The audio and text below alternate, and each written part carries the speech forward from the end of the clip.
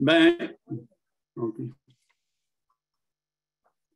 Disons que ça fait bizarre un petit peu de faire notre témoignage sur Zoom, mais on va y aller. On est fébrile un peu tous les deux quand même. On est un petit peu nerveux parce que quand même, ça fait quand même 43 ans que le Seigneur nous a visités, toutes les deux, presque dans la même semaine. Puis ça veut dire qu'on a plus de temps fait dans la lumière qu'on a fait dans la noirceur. On a 43 ans de vie chrétienne. Puis faire notre témoignage après 43 ans, mais ça nous rappelle des souvenirs. Il faut retourner en arrière. Mais en fait, je vais commencer. Je vais parler un peu de mon arrière-plan. Après ça, je céderai la parole à Carmen pour qu'elle parle un petit peu. Ce n'est pas juste moi qui va parler. Carmen va parler aussi. C'est notre témoignage à deux. Mais c'est ça. J'ai été élevé dans un milieu catholique.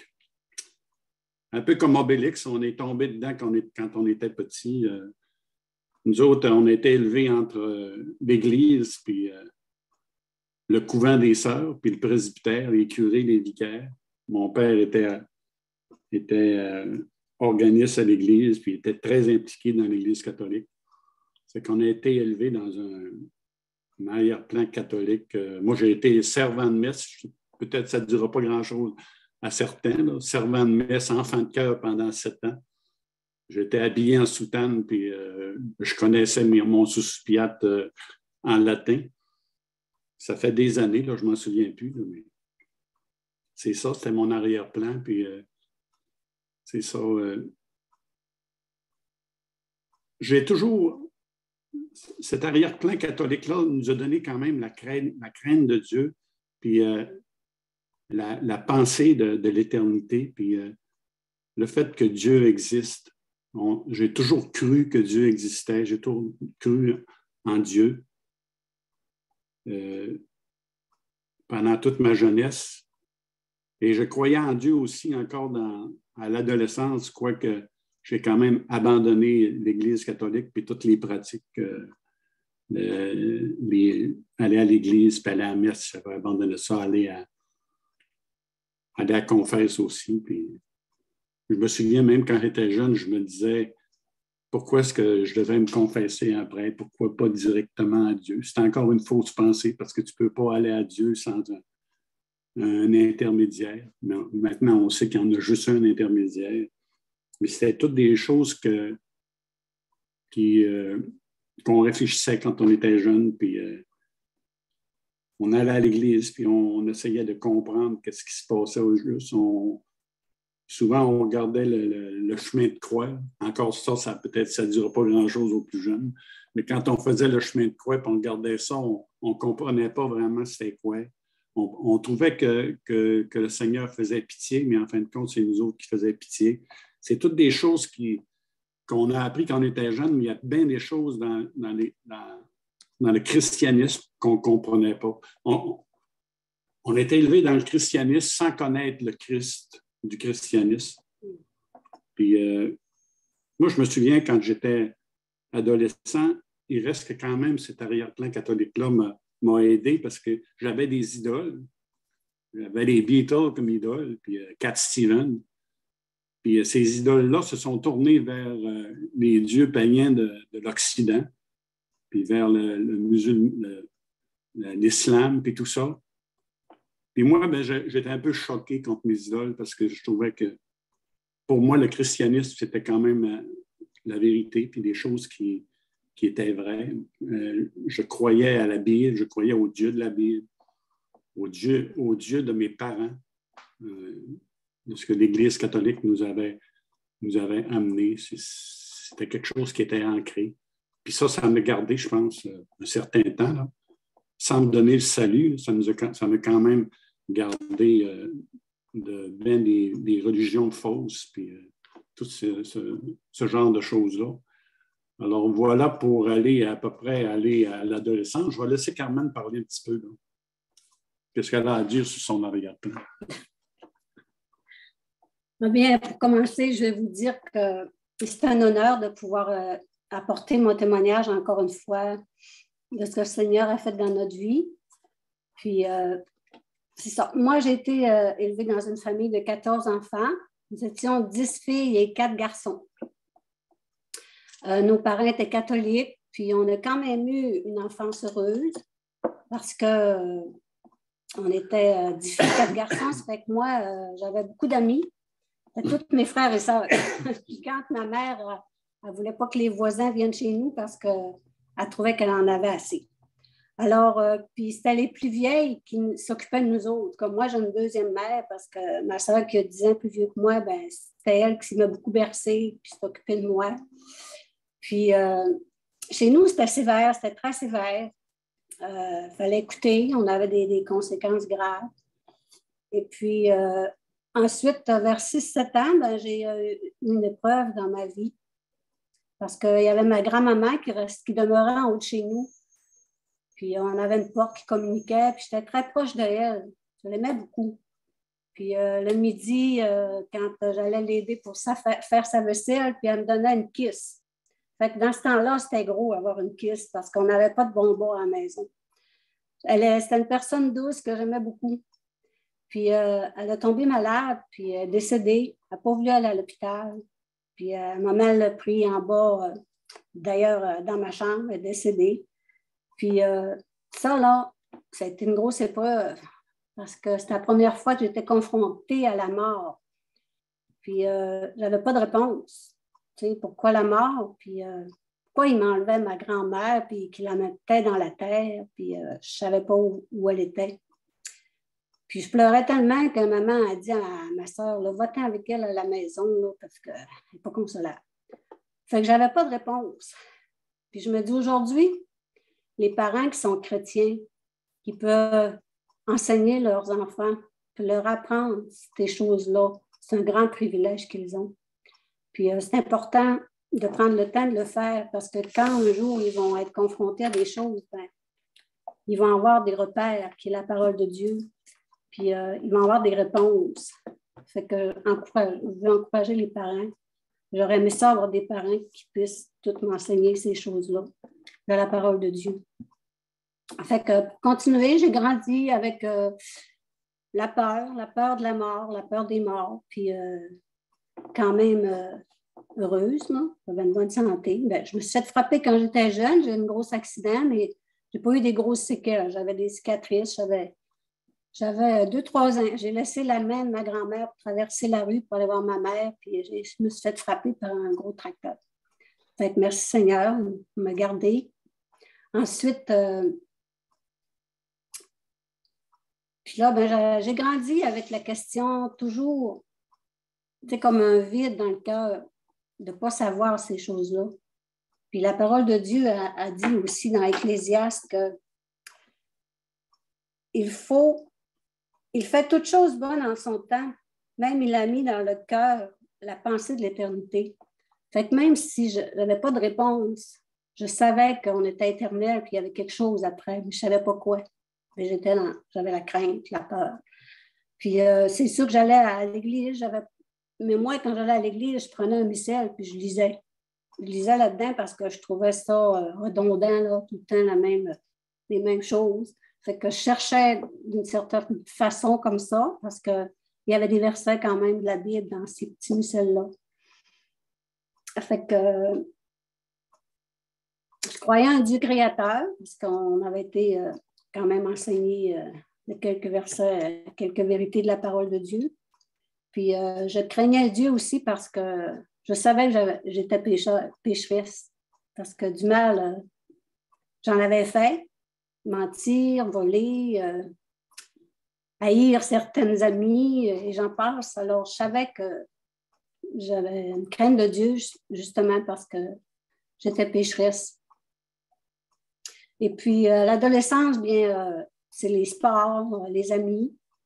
J'ai joué à la ballante, j'ai joué au hockey avec Martine Villeneuve même.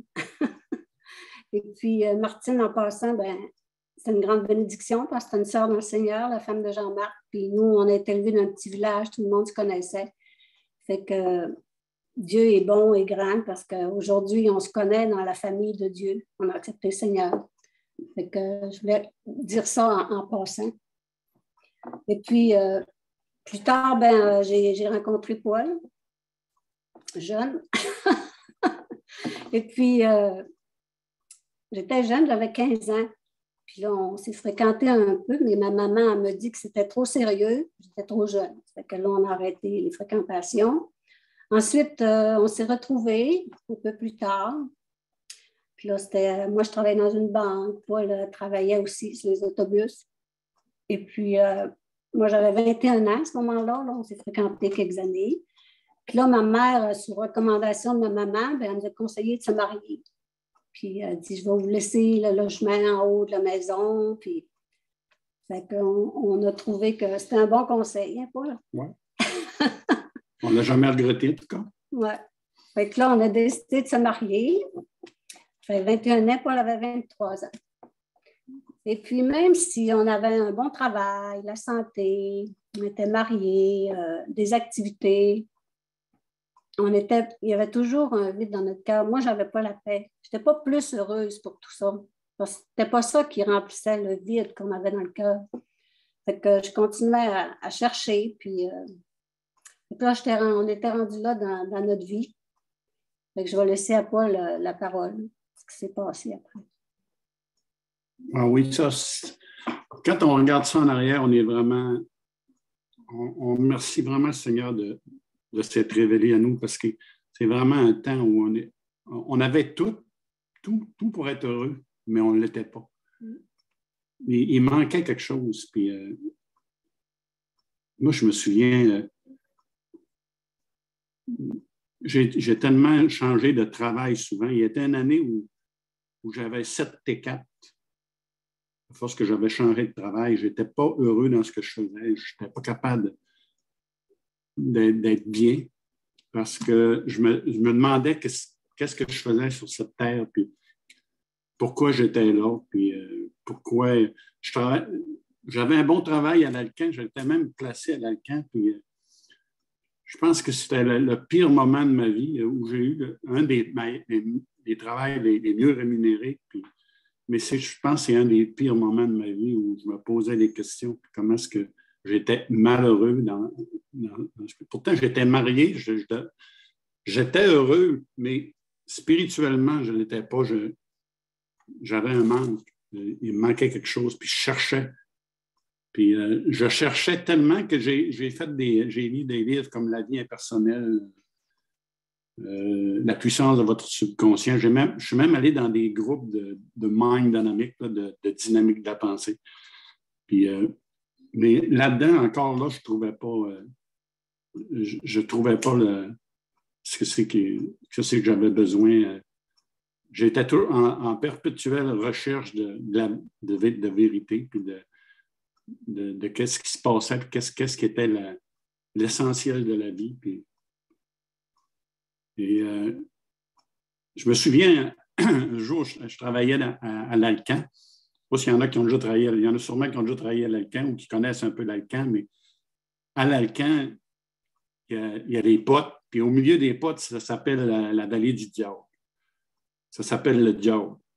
Puis moi, j'étais dans le diable, puis je travaillais, puis il fait chaud dans la vallée du diable. C'était en plein été, puis il fait chaud, on sue. Puis là, je me souviens, j'avais écouté le film Jésus de Nazareth.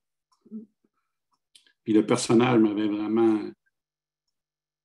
J'avais trouvé le personnage vraiment bon, intéressant, mais je n'avais pas vraiment pigé c'était quoi le Seigneur Jésus. Puis je me souviens, dans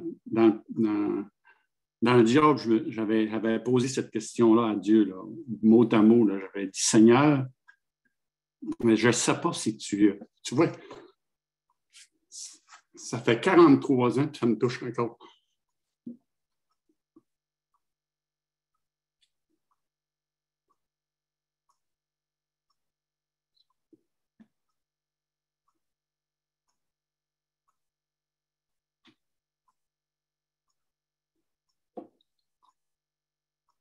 J'avais dit au Seigneur, je ne te connais pas.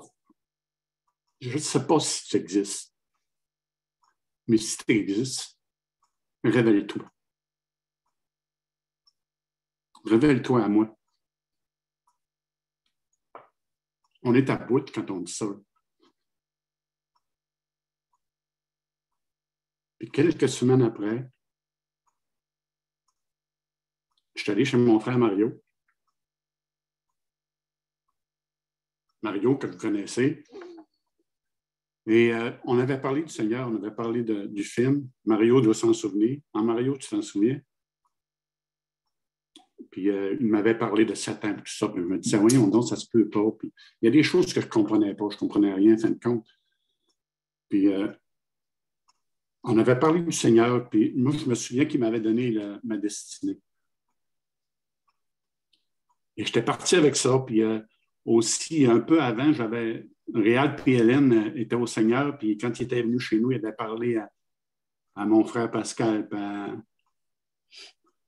Alice. Puis il avait parlé du Seigneur. Moi, j'étais assis dans l'escalier, puis j'écoutais. Puis je me posais des questions.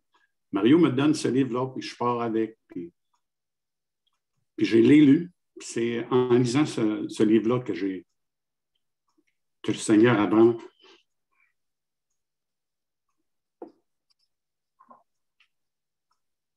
C'est quand même bizarre, après 43 ans, que ça touche le corps.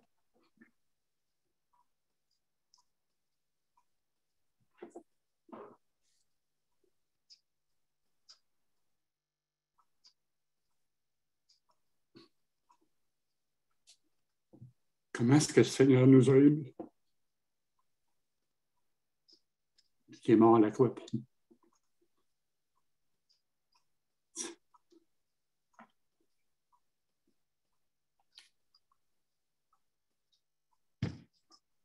Je ne mettrai pas dehors celui qui vient par là.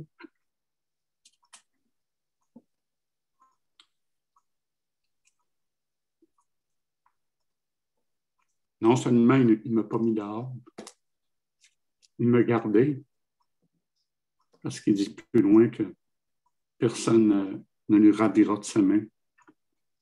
Il nous garde. Puis,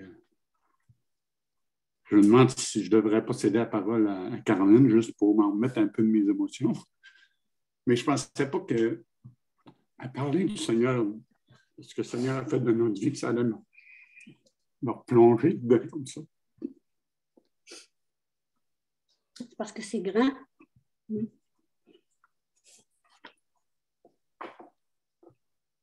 Eh bien, mon mari a accepté le Seigneur en lisant ce petit livre.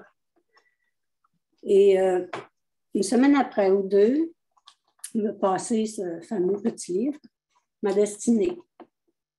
Alors moi, je trouvais que Paul y avait changé, mais c'était pas un homme qui parlait beaucoup. Mais là, il s'est amélioré, il parle plus. Et puis là, la destinée... Les hommes, on n'est pas habitués de montrer nos émotions. Fait que là, j'ai vu ce livre-là, puis il y avait une grosse terre, Ma destinée. Fait que je savais que ça allait parler de mon avenir. Fait que le Seigneur a suscité mon intérêt comme ça, un peu. Et puis, j'ai commencé à lire ce petit livre. Puis, comme je vous disais, moi, je travaillais dans une banque. Et puis, au début du livre, il y avait l'exemple d'un banquier.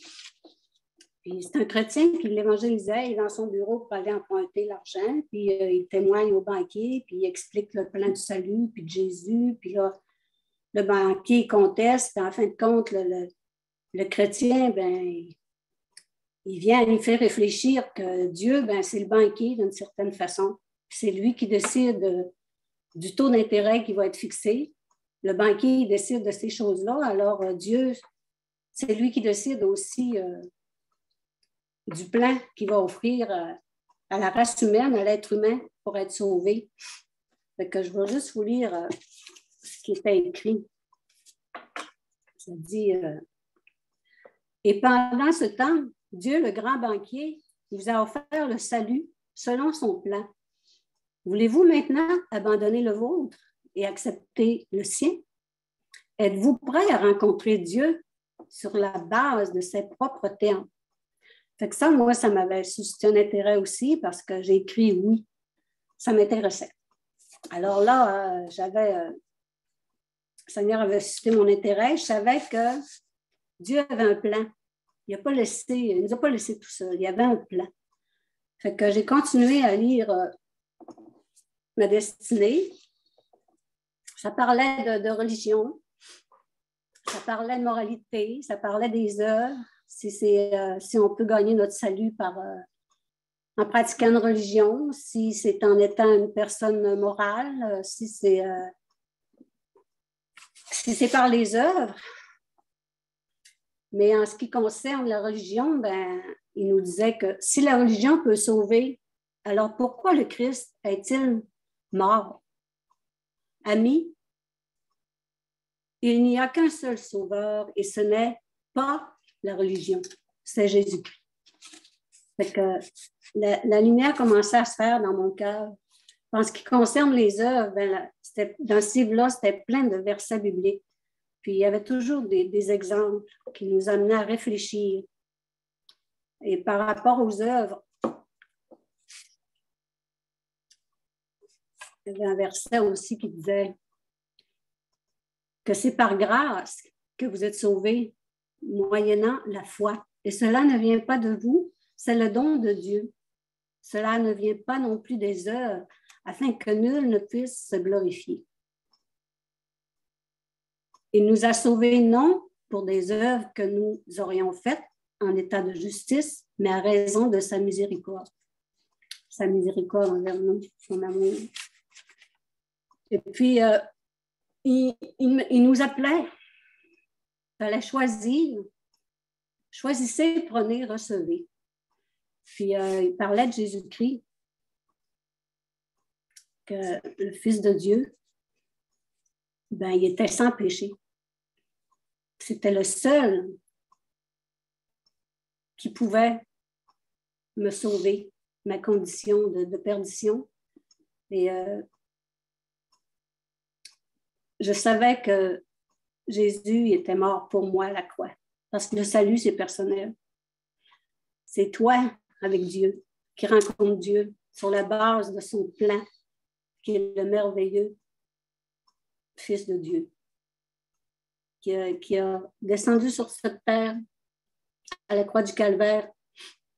Il est mort à la croix pour mes péchés. Il n'est pas juste mort parce qu'il était Dieu. Il est ressuscité. Puis il est monté au ciel. Et de plus, il nous dit que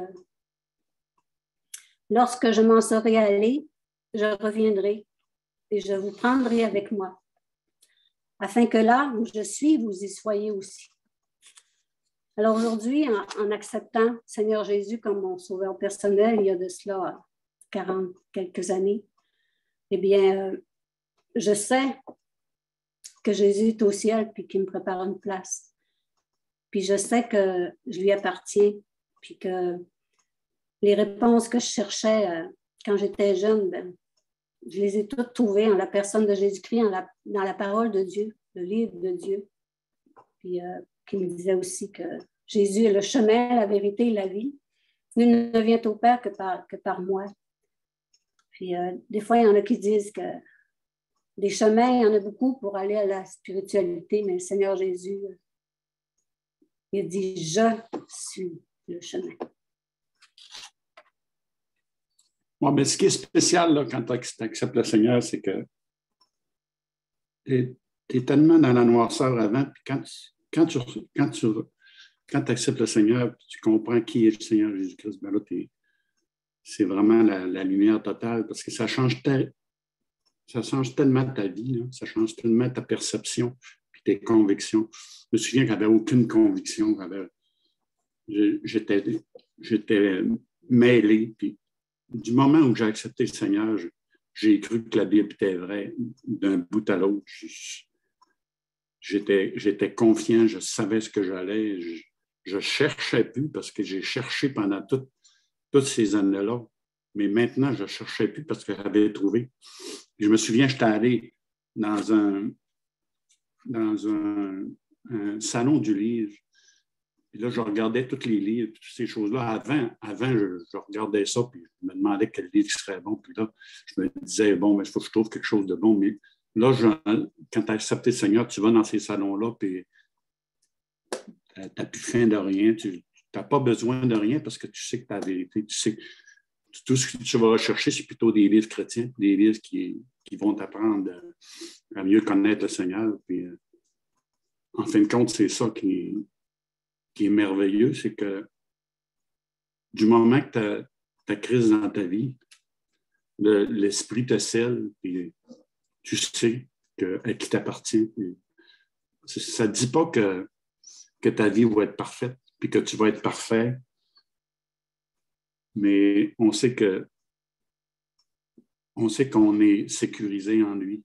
On sait qu'on ne peut pas, il ne nous laissera pas, puis qu'on est en sécurité, puis qu'on est ses enfants, puis qu'il n'y a rien qui va changer ça. Puis plus tu avances dans la vie chrétienne, ben, on s'aperçoit qu'après 43 ans, on a juste effleuré la grâce. On ne connaît pas grand-chose encore du Seigneur Jésus. Puis, tout est à venir. On a juste effleuré la grâce, puis la connaissance du Seigneur Jésus-Christ. On a l'éternité pour apprendre à le connaître.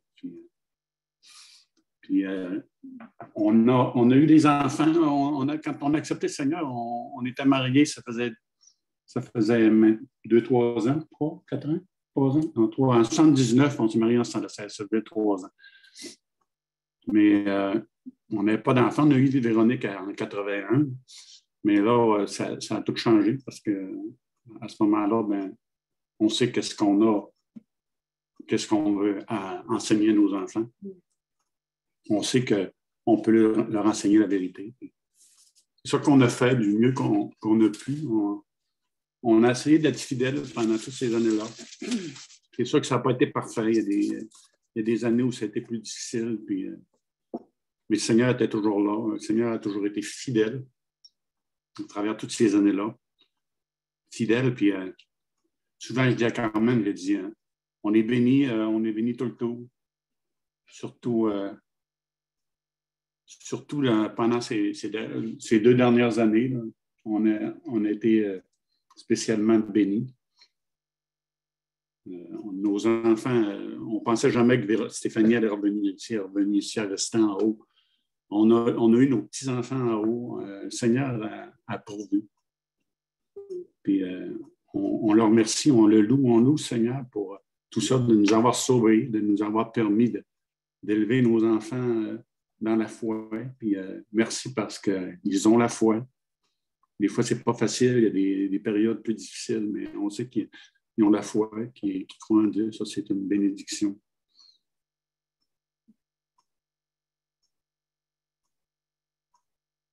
OK. Ben c'est ça, on a accepté le Seigneur. Mais là, vous savez, quand on vient d'accepter le Seigneur, hein, vous savez, comme moi, on a un zèle, on en parle, on est content, c'est incroyable. Mais ce n'est pas toujours reçu comme on le voudrait. Mais il reste que c'est semé. Puis je me dis, moi, je travaillais à la banque dans ces temps-là, puis j'ai parlé du Seigneur à des amis avec qui je travaillais. Puis le Seigneur est béni. Diane Gendron, c'était une femme qui souffrait, puis elle est venue à l'église une fois un dimanche matin au culte, puis elle a confessé le Seigneur. Alors ça, c'est des grandes joies aussi. Puis je me souviens quand j'étais enceinte à la banque, mon boss, moi je parlais du Seigneur, puis j'écrivais des versets, puis il disait que mon bébé avait été conçu du Saint-Esprit, tu sais, parce qu'il ridiculisait beaucoup de choses. Mais je me disais, rien n'empêche qu'il a été évangélisé, ce gars-là, puis un jour, s'il n'accepte pas le Seigneur, ben, il aura à rendre compte de ça devant Dieu. Puis c'est ça. Puis là, on est allé tout l'été, on a accepté le Seigneur au mois de mai. Tout l'été, on faisait du sport, on jouait de la balle, on parlait du Seigneur. On disait que Jésus, c'était pas un homme comme les autres, que c'était le Fils de Dieu. Puis on parlait du Seigneur. Puis D'ailleurs, Marie Fortin était dans mon équipe, puis la sœur à Paul. Paul ne vous l'a pas dit, mais dans sa famille, ils sont 5 enfants qui sont venus au Seigneur par la grâce de Dieu, et dont 2 sœurs qui sont rendues près du Seigneur. Je voulais dire ça parce que je trouve ça extraordinaire.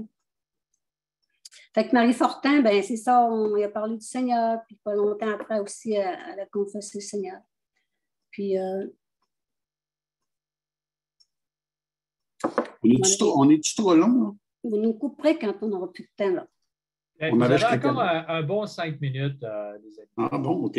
OK. On va conclure dans ces 5 minutes. Ben, Paul, je peux-tu vous poser une question en même temps que vous allez conclure? Oui. J'ai pris des notes, mais je n'ai pas compris comment tu as compris l'Évangile, toi? Comment tu as compris l'Évangile? L'Évangile, là. Oui. Comment tu as accepté le Seigneur? Je ne sais pas si tu l'as dit, excuse-moi, j'ai pris des notes, mais celle-là, je l'ai manqué. Ben, quand j'ai lu ce verset-là, je me suis tourné vers le Seigneur. J'ai dit, Seigneur, quand j'ai lu le verset-là, je ne viendrai pas. Parce que moi, je pensais pas que le Seigneur allait m'accepter. Tu sais, je me disais, qu'est-ce que tu vas pouvoir faire de moi? Puis avec tout ce que. Parce que moi, disons que quand j'étais jeune, mes chums, c'était pas les plus. C'était pas mal les. C'était pas mal les petits bums de Saint-Honoré. Tu étais enfant de cœur, mais ce n'était pas des enfants de cœur. Oui, ce n'était pas des enfants de cœur. Puis, mais je me souviens d'avoir dit au Seigneur, Seigneur, je vais vers toi, je t'accepte.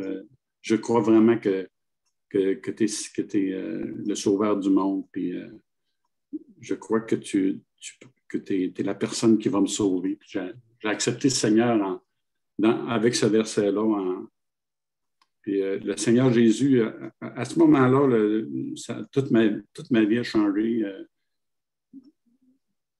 En fin de compte, c'est ça. Là. Je ne sais pas si je peux dire d'autres choses que ça, mais le Seigneur a touché mon cœur par ce verset-là. Puis ça a changé ma vie. Ça a changé mon cœur surtout. Le Seigneur me fait naître de nouveau là, à ce moment-là. Il m'a régénéré à ce moment-là. Oui. Puis ça a changé toute ma façon de penser. Puis ça m'a donné... en tout cas, ça a fait la lumière dans mon cœur. Puis ça m'a...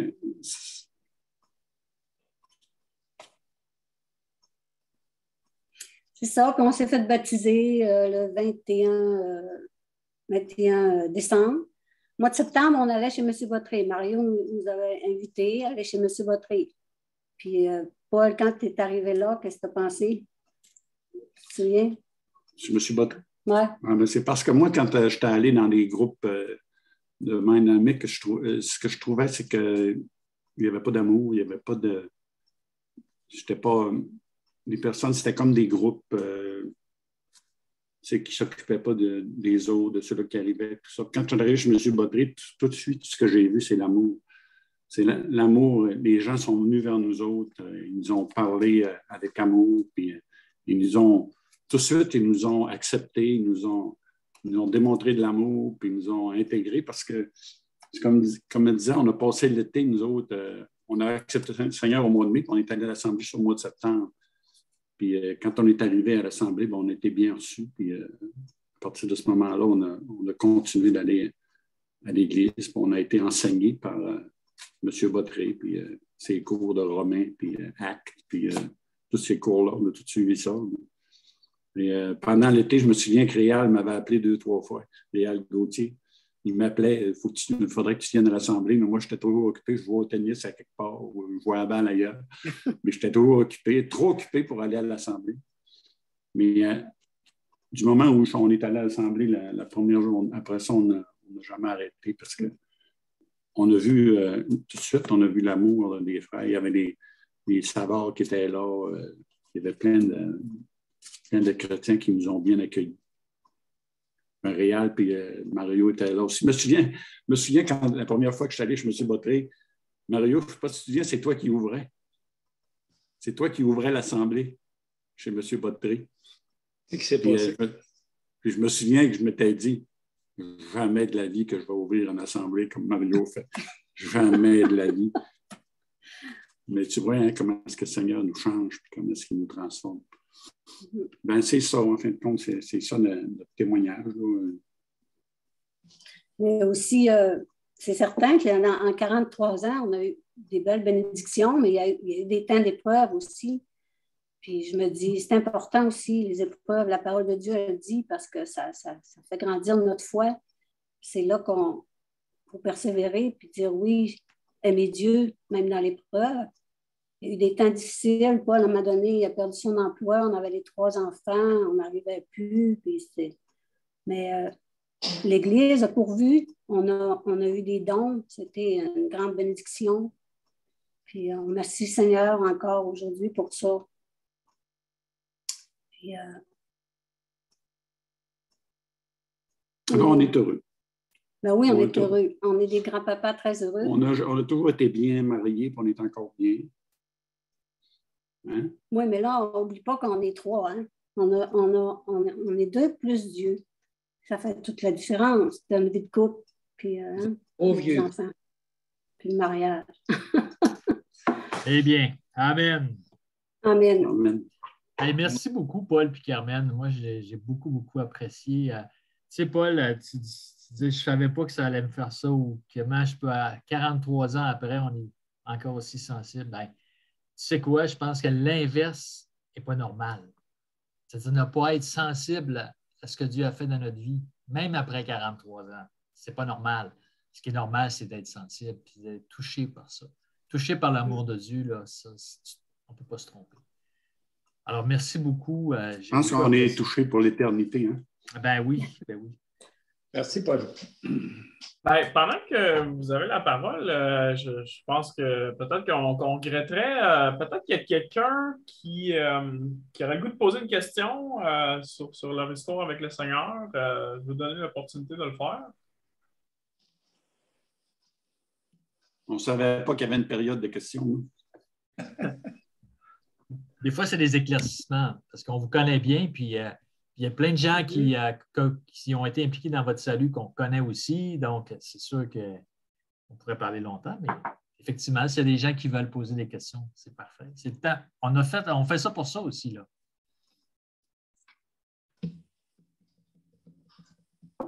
Bien, s'il n'y a personne, moi, j'aimerais ça que peut-être, on a entendu 2 noms tantôt, là. Mario, Réal, je sais qu'ils sont avec nous à soir. Est-ce que vous voudriez prier, s'il vous plaît, Mario et Réal, pour Paul, Carmen, s'il vous plaît? Après ça, on passera aux annonces, aux requêtes de prière pour le groupe. Prions. Merci, Seigneur notre Dieu, pour cette rétrospective de nos vies, Seigneur. On réalise que tu étais présent et présent depuis longtemps dans nos vies, Seigneur. On le voit dans le témoignage de Paul et je le vois également dans le mien. On voit comment tu nous as préparés, comment est-ce que tu as été bon et que tu as été généreux, comment tu as été présent dans nos vies, Seigneur. Comment tu as dirigé les événements, les personnes qui nous ont parlé, qui nous ont influencés.